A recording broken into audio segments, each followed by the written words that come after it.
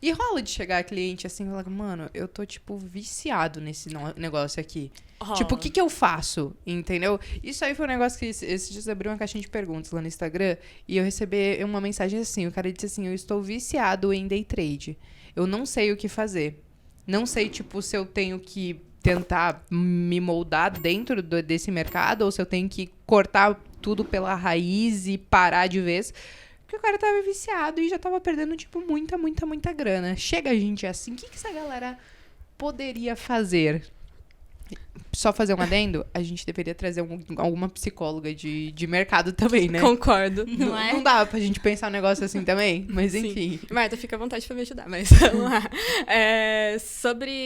Eu já peguei alguns casos, assim, de clientes que realmente estão viciados e, sinceramente, eu acho que quando você começa a operar, principalmente, acaba gerando aquela necessidade de, nossa, eu tô perdendo a operação, se eu não tô, o que eu faço? Eu tô aqui, mas eu tô pensando lá. Esses dias eu tava conversando com um cliente no meio do dia, né, sobre as operações dele, do nada, tipo, a câmera aqui, do nada a gente ouve o barulhinho do celular de boleta. Ah, Fê. Boleta dele. Mas você tá operando agora? Ah, então é que eu vi uma oportunidade aqui, eu não queria deixar Gente, um negócio durante assim. a nossa conversa. Daí ele falou, então... Mas na conversa ele falou, realmente, eu tô tendo essa dificuldade, eu não consigo parar, tô o dia todo, mesmo trabalhando, eu tô aqui com o gráfico aberto, no caso no celular, e tô operando, daí é aquilo. A gente tenta conscientizar. Porque, por exemplo, tem algumas análises que você pode fazer quando você já está operando há algum tempo sobre que horário que você opera melhor. Você opera melhor de manhã?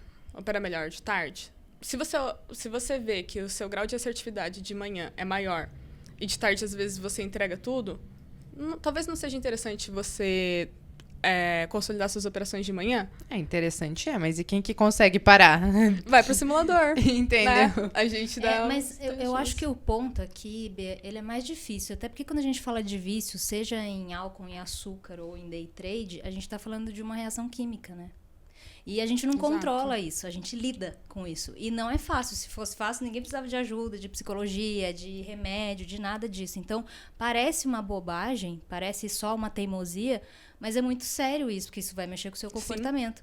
Sim. E especialmente quando a pessoa ela é viciada em day trade, ela começa a destruir o capital dela, o dinheiro dela, coisas que ela vai usar para coisas que ela precisa viver no dia a dia. Ela precisa pagar as contas, né? Ela precisa viver, respirar, vestir, tomar banho. Isso tudo tem custo. Então, quando você começa a queimar o dinheiro desse jeito, não é só a questão, estou queimando dinheiro disso. Isso mexe com o psicológico e acaba afetando outras áreas também. É emocional também, né? Exato. É um desequilíbrio químico, não é simples assim de lidar. O que eu falava para as pessoas na época, porque eu conheci, tive clientes, inclusive, que falavam, Marta, eu tô tão louco que eu peguei dinheiro emprestado no banco, fazia dívida no banco e colocava no day trade alavancado. Caraca. Eu falava, cara, para agora. Eu bloqueei a conta, eu falei assim, olha, não faça isso e se você continuar fazendo isso comigo, você não opera mais. Eu tiro você da minha base, te passo para outro assessor, porque, assim, a gente tem um limite quando vai ajudar o cliente também. A gente orienta, mas a gente não pode obrigá-lo a fazer. Pode, mas não pode tudo. Exatamente. Então, isso é uma questão muito séria. E eu penso que todas as pessoas que se reconhecem nessa situação, elas deveriam, pelo menos, pedir para um amigo, um irmão, uma irmã, sei lá, cara, troca a senha, tira esse troço daqui, vai fazer outra coisa, passa uma semana fora, faz outra coisa. Tem que ficar um tempo de abstinência, não tem outro jeito. Eu falo porque a galera perde e depois falando, agora eu dei um tempo pro mercado, mas agora eu vou voltar e volto com a cabeça eu vou recuperar tudo que eu perdi. Nossa, eu acho que essa é meio clássica, né? E a pessoa ainda tá viciada.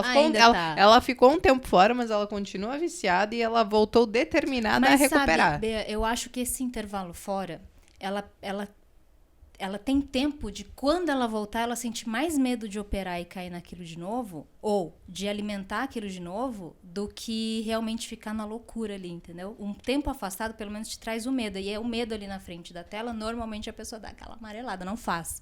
Né? É muito comum, ela não faz.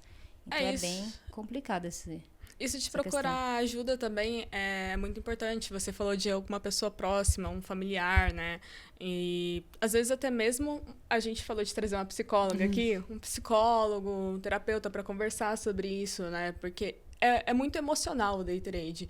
Você vê que a parte de estratégia e técnica é sim muito importante, mas eu acho que o mais difícil que você vê das pessoas chegarem ali num ponto de consistência é lidar com o próprio emocional, lidar com o fato de estar perdendo, como agir quando eu perder. É hora de parar ou eu vou ficar correndo atrás? Como que eu vou lidar se eu tive uma perda? E as pessoas, quando tá ganhando, na verdade, nem ganhando, às vezes sabe lidar. Porque o que uma tendência de um investidor mais novo, né? Quando ele tá ganhando, ele estopar rápido e quando tá perdendo, segurar para ver se reverte. Sim. O setup da esperança. O setup da esperança, esse não era o famoso comer igual passarinho e cagar que nem Tipo elefante? isso. Não, a pessoa tipo fica rezando lá quando o negócio tá contra. Fala, segura que Deus ajuda. E quando o negócio tá bom, deixa eu sair logo, porque senão daqui a pouco vira. Exato.